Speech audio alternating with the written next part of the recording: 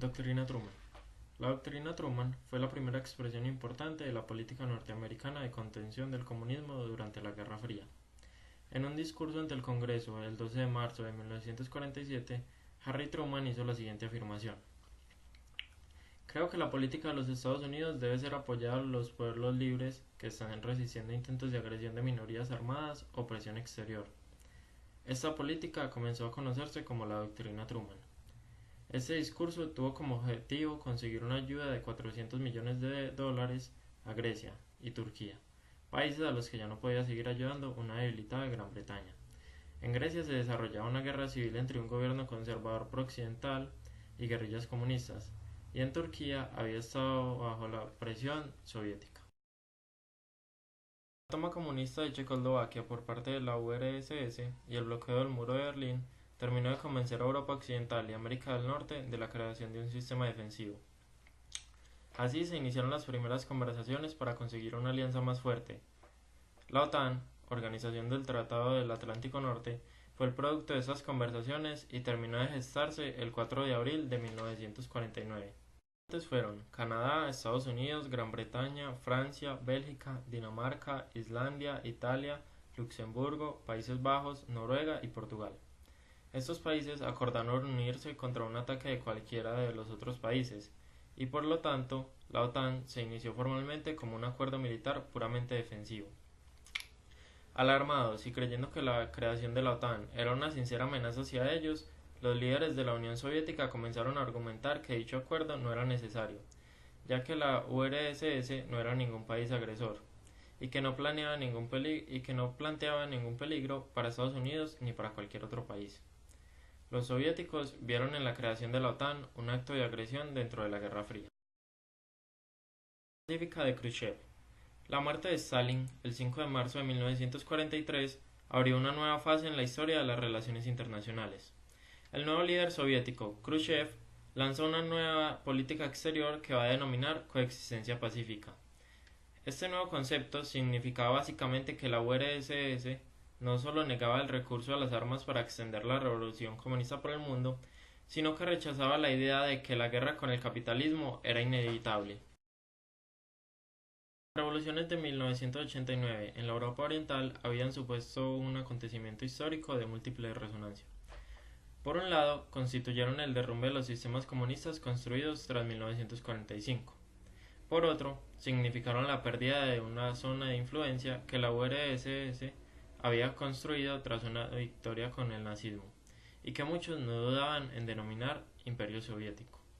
La Guerra Fría, el enfrentamiento que había marcado las relaciones internacionales desde el fin de la Segunda Guerra Mundial, va a terminar de una forma que nadie se hubiera atrevido a pronosticar unos años antes, por el derrumbe y desintegración de uno de los contendientes.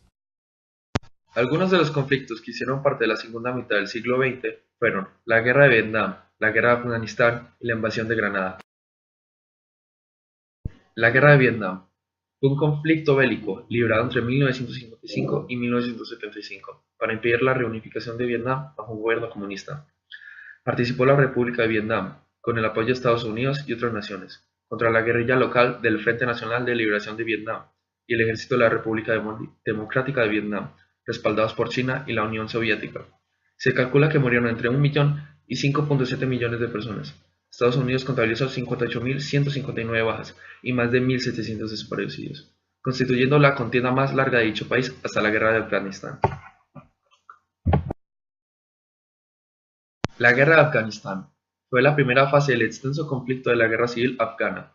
El conflicto transcurrió entre abril de 1978 y abril de 1992, tiempo en el que se enfrentaron las Fuerzas Armadas de la República Democrática de Afganistán, apoyadas por el ejército soviético, desde diciembre de 1979 hasta enero de 1989, contra sus insurgentes mujahidines, grupo de guerrilleros afganos islámicos apoyados por numerosos países extranjeros, destacados de Estados Unidos, que les proporcionó ingentes cantidades de armas y dinero. El conflicto está considerado como parte de la Guerra Fría. Invasión de Granada. Fue una invasión de la nación insular de Granada por los Estados Unidos y varias otras naciones caribeñas, en respuesta al golpe de estado de Hudson Austin y su alianza militar cubano-soviética. El 25 de octubre de 1983, los Estados Unidos, Barbados, Jamaica y miembros de la Organización de Estados de Caribe Oriental desembarcaron buques en Granada, derrotaron a la resistencia granadina y cubana y derrocaron al gobierno de Austin. El bloque de Berlín, el cual consistió en el cierre de fronteras que compartía el Reino Unido y los Estados Unidos con la Unión Soviética.